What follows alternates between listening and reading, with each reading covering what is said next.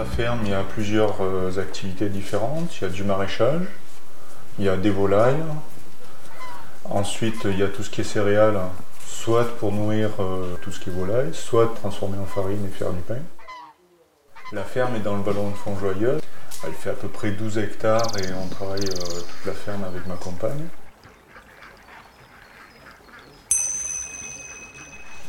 Donc en maraîchage, je fais surtout des légumes été et automne. Comme j'ai pas de serre, je peux pas démarrer trop tôt. Donc tomates, courgettes, courges, melons, pastèques, épinards, pommes de terre, fraises, persil, basilic, ciboulette. Donc je suis arrivé au pain pour deux raisons différentes. La première, c'était par goût, parce que j'apprécie de faire ça, ça fait longtemps que je fais le pain pour moi. La deuxième raison, c'est plus économique. Donc ça fait à peu près aux alentours de 8-10 fois plus d'argent gagné avec du pain qu'avec du blé.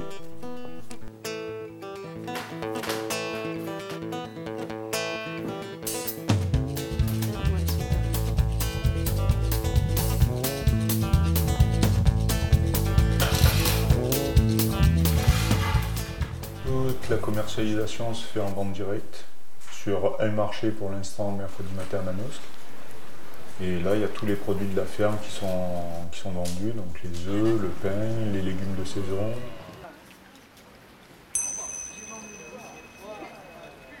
Alors, les céréales sont semées en semi-direct. Au niveau de la structure, de l'érosion, de la vie du sol, c'est quand même nettement meilleur que l'itinéraire classique du labour. J'ai que des variétés de céréales anciennes, parce qu'elles sont beaucoup plus rustiques. Elles ont moins besoin d'eau, d'éléments nutritifs, elles sont plus résistantes aux maladies. Pour transformer en pain, ça donne des pains qui ont quand même un goût bien plus agréable que les variétés modernes. Et je me suis aperçu que les volailles aussi préfèrent largement ces vieilles variétés. Pour les volailles, j'ai aussi choisi des races anciennes pour avoir des animaux très rustiques qui utilisent bien le parcours, parce qu'il y a 1,5 hectare pour 150 animaux, qu'elles résistent bien à tous les stress climatiques qu'il peut y avoir et qu'elles n'aient pas besoin d'une alimentation aussi très pointue. Tout ce qui est volaille, même un petit peu les plantes, je soigne en homéopathie, aromathérapie et même fleurs de bac. Parce que déjà, à la base, moi je me soigne comme ça. Et je trouve que les résultats sont très intéressants, surtout sur les animaux.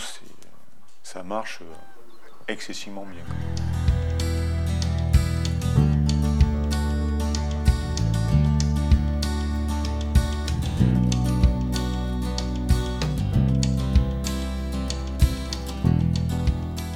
En maraîchage, j'utilise aussi que des variétés anciennes de légumes.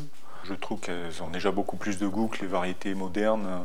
Elles ont moins besoin d'eau, elles se contentent aussi d'apports en nutriments, en azote ou autre, beaucoup plus faibles. Et des fois de pousser dans des conditions un peu plus difficiles que les variétés modernes. J'arrive à faire mes semences, ce qui me permet ensuite de faire mes plants et d'avoir au fil des années des plantes qui s'habituent à la façon dont je travaille, à l'endroit, au climat, au sol.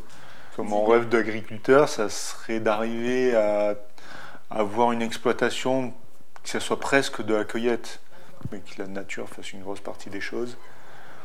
Et aussi que les gens retrouvent le lien avec la nature et se réapproprient un peu cette chose de se faire à manger, de produire leur nourriture.